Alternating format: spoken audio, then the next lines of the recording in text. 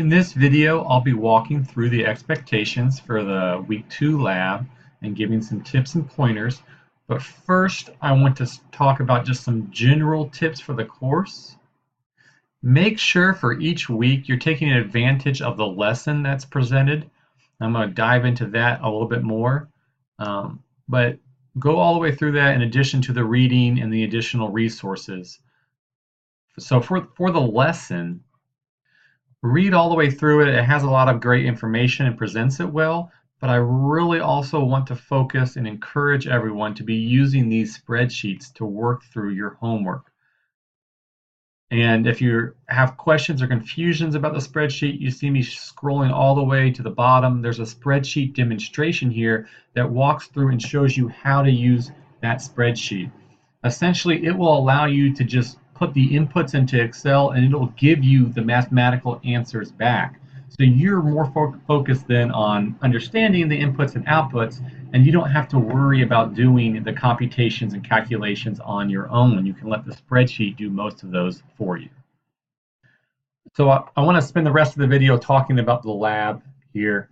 If you do have any questions about the spreadsheets or anything else in the course, please reach out. I will be happy to assist.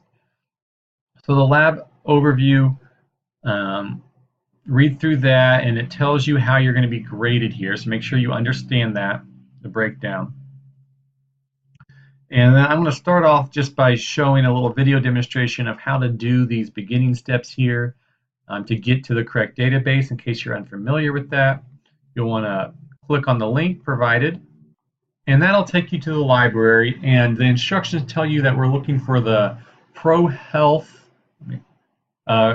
the ProQuest Health Research Premium Collection database.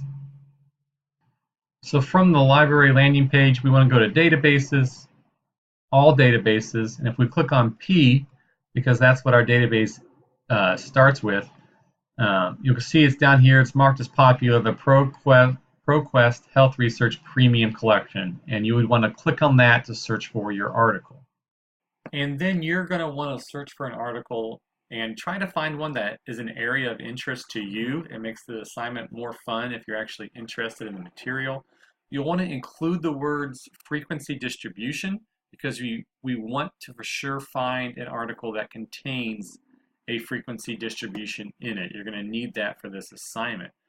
But then type in something that interests you and be sure to read all of these directions carefully to make sure you have the right settings in your search.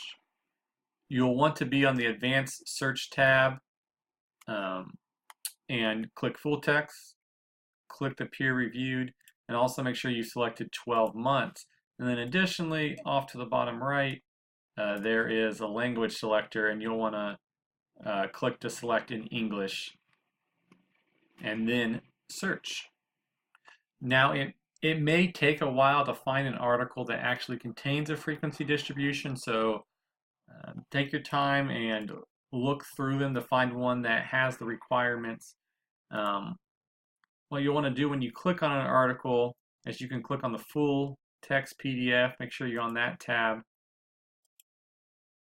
and then you can scroll through to see if there's a frequency distribution somewhere within the article. So it could be either in a table form or graphical form. Here's an example in table form. We want our classes to be numerical.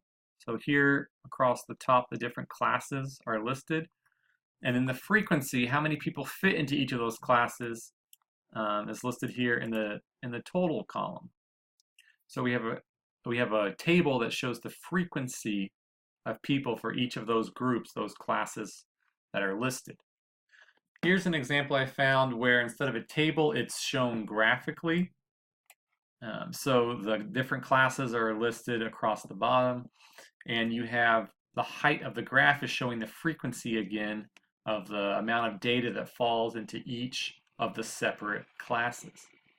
One thing you want to avoid, and this is talked about in the instructions for the lab, is we want our classes to be numerical. So here's an example of a table where our classes are the different blood types, which is not something we want. These are not numerical classes. These are qualitative classes. So what blood type the person has, and it is a frequency count for how many fall into each different blood type, but that's not what we want for this particular lab. We're looking for numerical classes.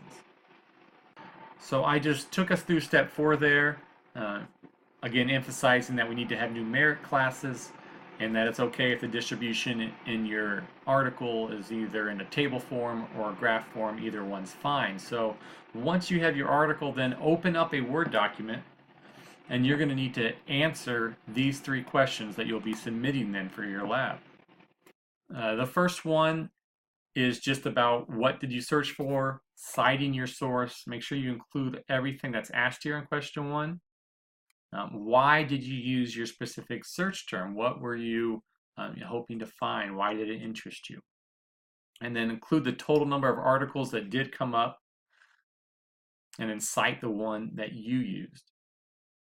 When you do a search in the database, you can see the total number of results right here.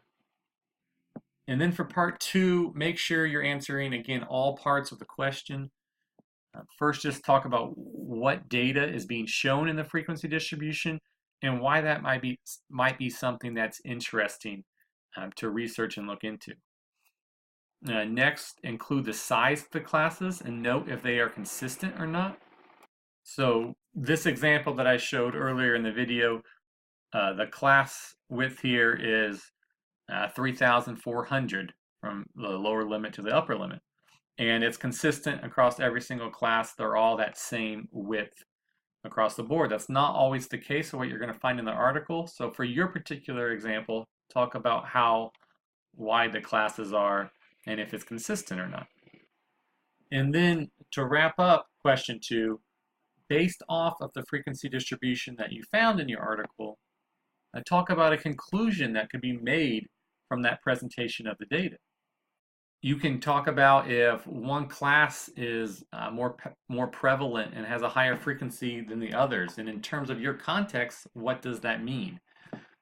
You can see if there's a shape that stands out in the distribution where most of the data is clustered. If there's a pattern or shape to that, is it skewed one way or another? Does it have a bell shape? Is it pretty uniform and even across the classes? So you can talk about that. Is there a certain area or range of data that seems to contain a vast majority of the data, like in this case here? Most of the data seems to be clustered right here, and then these other classes are just sprinkled in with just a small frequencies. What would that mean in your particular situation if you saw that? And another topic might be the mean, the median, the mode, the standard deviation, the range. Can you get an estimate for any of those values based off of your distribution? Is the data really spread out? Is it compact? That will help you know if the standard deviation is really large, if the data is spread out, or if it's small, if the data is compact and close together. So just things like that, conclusions that you can draw off of your particular article and distribution. And then we'll want to answer all the parts for question 3, and it's just about how else could you possibly display this data. And so discuss the pros and cons of 2 other options, different tables or graphical displays, and write a few paragraphs about that.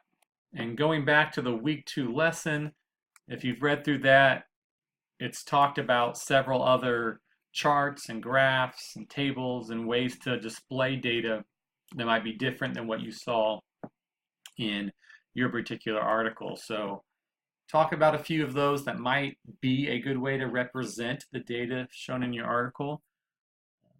And that pretty much sums up what you need to do for this lab. Be sure your name is on the Word document, and then save and submit, and let me know if you have any questions.